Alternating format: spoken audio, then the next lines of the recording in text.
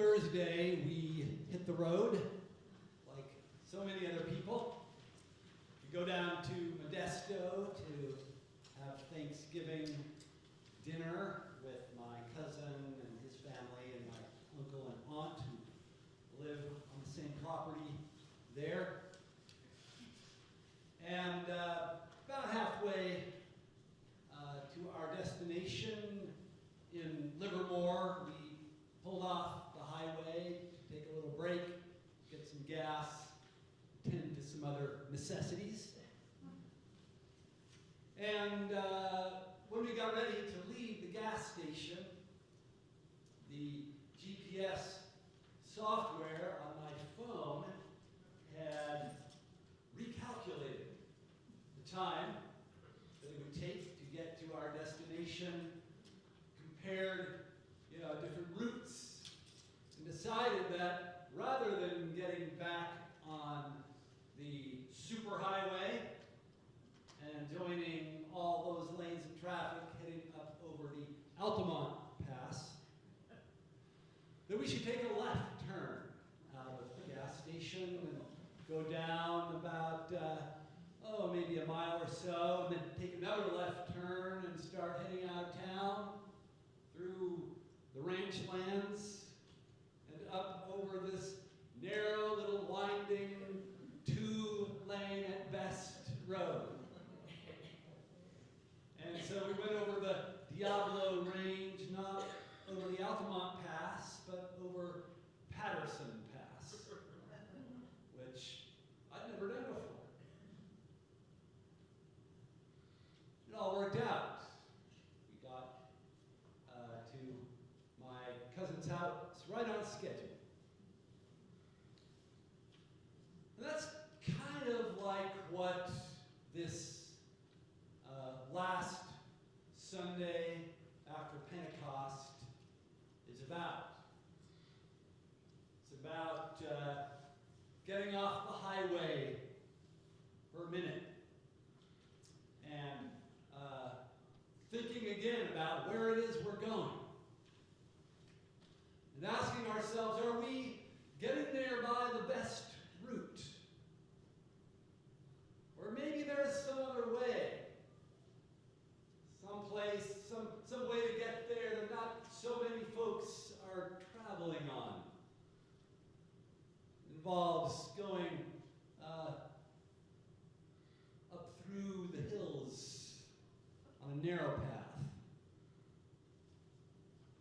We're about to start over again in the way that the church reckons time. But of course, nothing ever starts over again. We just keep going, and yet it is important to take a moment from time to time and say, okay, this is how far we've come, and that is where we think we're going. And are we getting there by the best route? So, Ezekiel, prophet, in exile in Babylon, he calls out to the people of Israel who are there with him. And he says, I know where we're going. We are going back to our land. This little detour in Babylon is just that. God's way still lies ahead of us. The goal is still there in sight. But the way we were going should be obvious to us now. It's not the way it's going to get us there.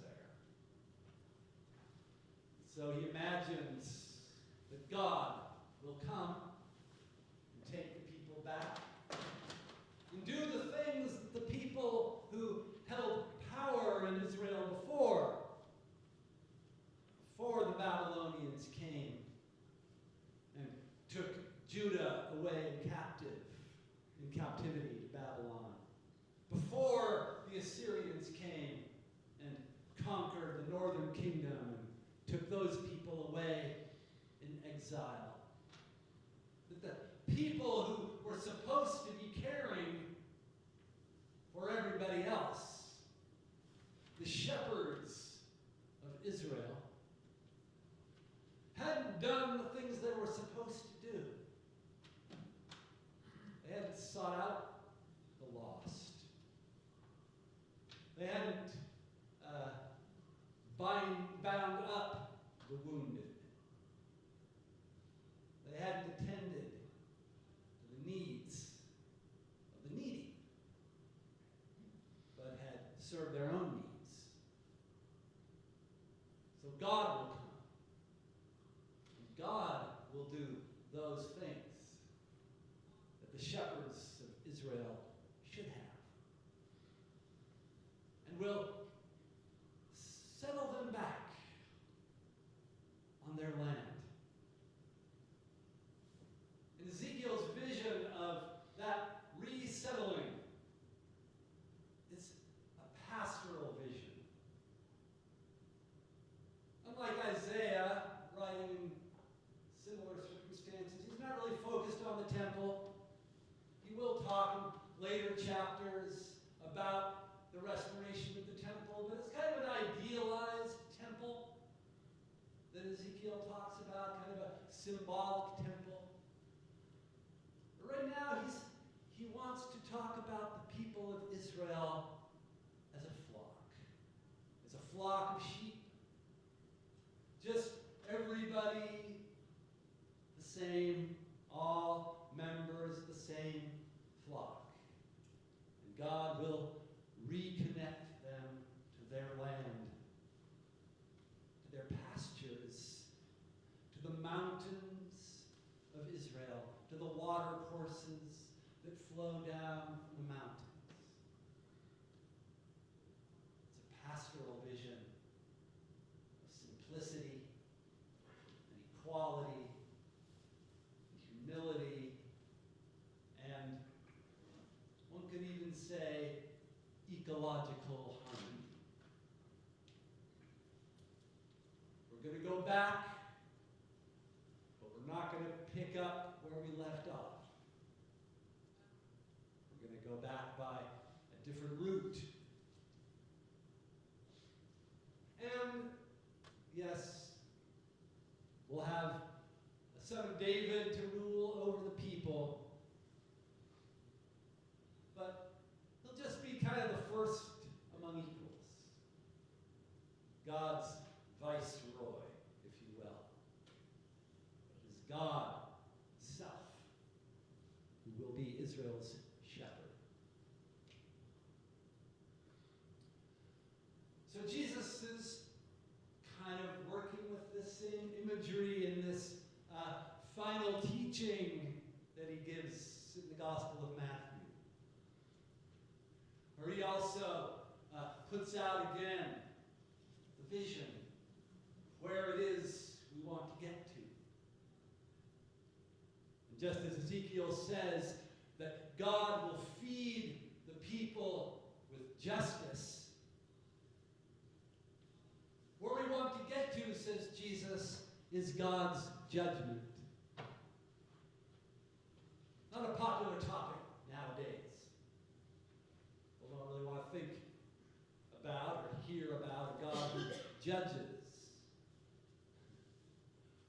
But for Jesus, God's judgment is something to look forward to with hope, with anticipation. Because it's when the confusion will be dispelled. Matthew talks about it over and over again in his gospel, about how under present circumstances things are all mixed up together and we can't really see clearly and don't really know what's right. But when God comes to judge, or in this case, when the Son of Man comes to judge, the Son of Man, this enigmatic figure in the Gospels that sometimes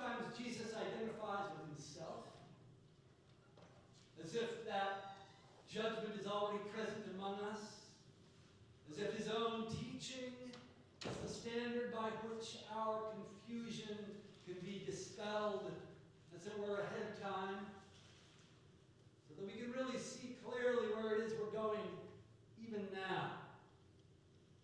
And even now we can recalculate our route so that we can get there by the way that is straight and true.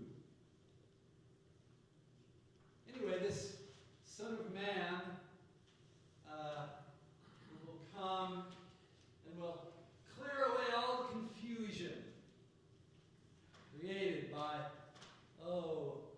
empires and their propaganda, and money, and the love of money, and the seeking after it, and the hoarding of it, and all the strange deformities of what did that 19th century German philosopher residing in England call it? False consciousness.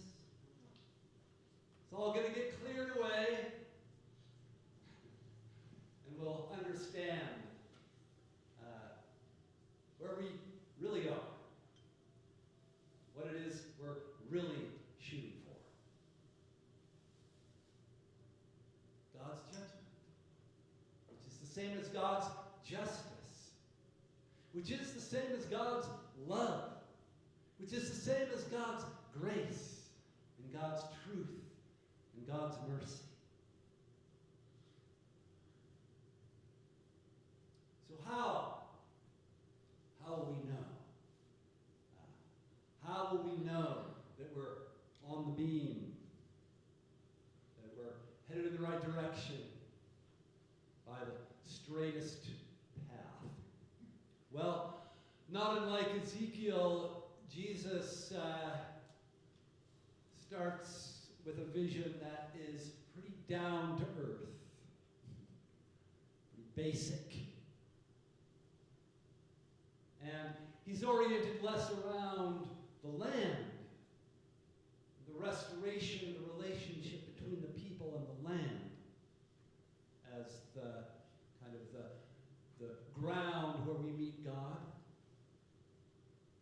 But he's focused on himself, on his own teaching, on his own example, on his own wisdom. And he says, it's how you relate to me. That's where this clarity is going to come from. That's where this recalculation of the root becomes possible. So,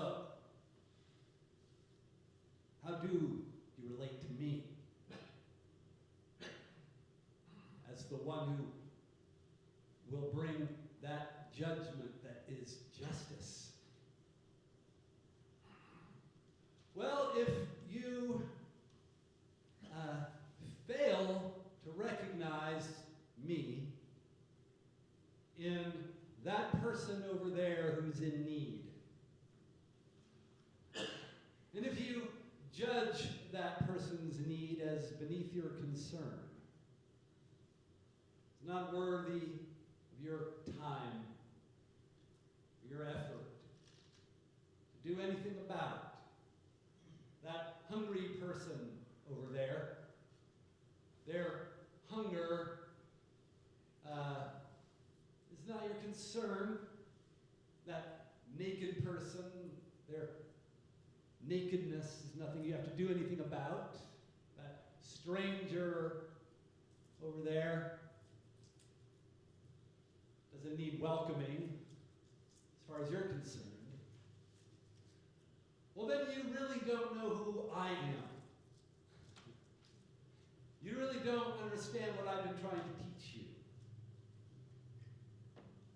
And your judgment of that person actually cuts you off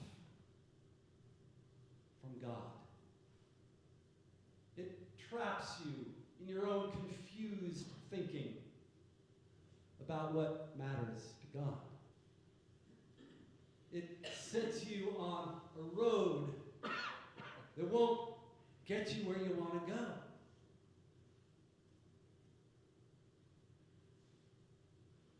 But the good news is that human needs really matter. They really matter to me, says Jesus. They really matter to God. In fact, if you really want to arrive at a place of peace in the world, of prosperity for all, of liberty and justice, all those great things that the responsible exercise of power and the well-managed operation of society and all those things that we feel like are the means to achieving a life worth living. If you really want to get there, there's no better place to start than with those most basic human needs. The people who have them.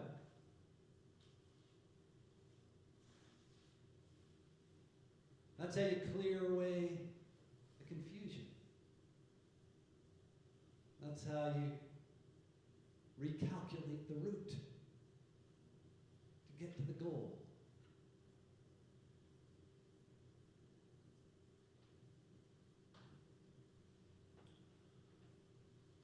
So, if I'm not mistaken, besides being the last Sunday after Pentecost, this is also the last day of our stewardship campaign, our fall pledge campaign.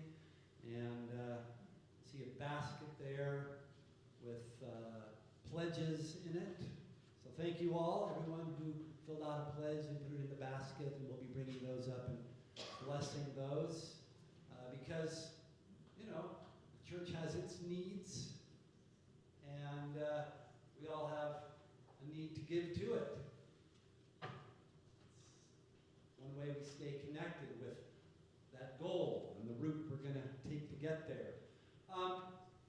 But Kerry White is standing back there in his Sunday best. Sorry about that. And he's going to come up and give our final stewardship testimonial of our fall pledge campaign. Thank you, Kerry. I'm sorry, I wrote some things down, so I'm going to read some from my notes. I'm hoping you can hear me. So good morning. Good morning. So I've thought long and hard about stewardship and what it means to me, and I was just so taken aback by Cliff's comments a few weeks ago that I thought, who am I to share my thoughts? You know, I fell away from the church. I was an acolyte. My mother was committed to the church. My father was agnostic. I was an acolyte. But I remember distinctly when I fell away from the church, when I was about 18 years old. I forgot the Reverend's name now, but it always comes to me all the time. But, you know, he always forgot my name. And days before I was to leave to college, he reached out, he looked out over the parish, and he said, you know, there's someone among you who's going to be going away to college. He's going to be going to Oregon. You know, he doesn't come very often. His mother's very committed to church. Gary, where are you? Gary. And he looked straight at me. He goes, Gary. And I meekly raised my hand knowing that he mispronounced my name. He says, not you, Gary. My brothers and I have had quite a laugh about that story, many years. But who am I really to share my thoughts with you? I came back to church after my failed first marriage. But I'm a flawed person. I struggle with pride. with self-esteem issues, my spouse, my ex-wife, my young children, my older children, my friends, my family, my employees, my bosses, money, time. Yet, I know some of you might be struggling with some of these things too. Some of you help me. Some of you have witnessed a little progress. A little. Some have commiserated when I've failed. Similarly, I find comfort in doing my part to help you.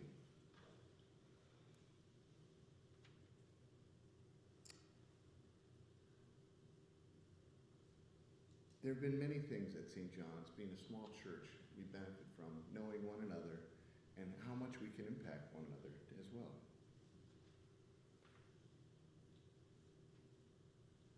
Together with my wife, Carrie, and I, we came and we come, and we contribute what we can and find great comfort in the communion that we find here. I relish in the knowledge that just for a few minutes each week, each of us abandons thoughts of ourselves and entertains thoughts shared by others from long ago, honed for meaning, if not clarity. Inspiration for another week, an entire calendar to look forward to. St. John's is a small church. Our size is a blessing in that we can know one another. Our size also requires that we contribute, or that we cannot hide in anonymity. Every gift of money, time, attention, even love is important. I encourage each and every one of you to contribute what you can, financially, physically, emotionally. These gifts matter. They affirm our bonds. They empower us to accomplish more. Thank you.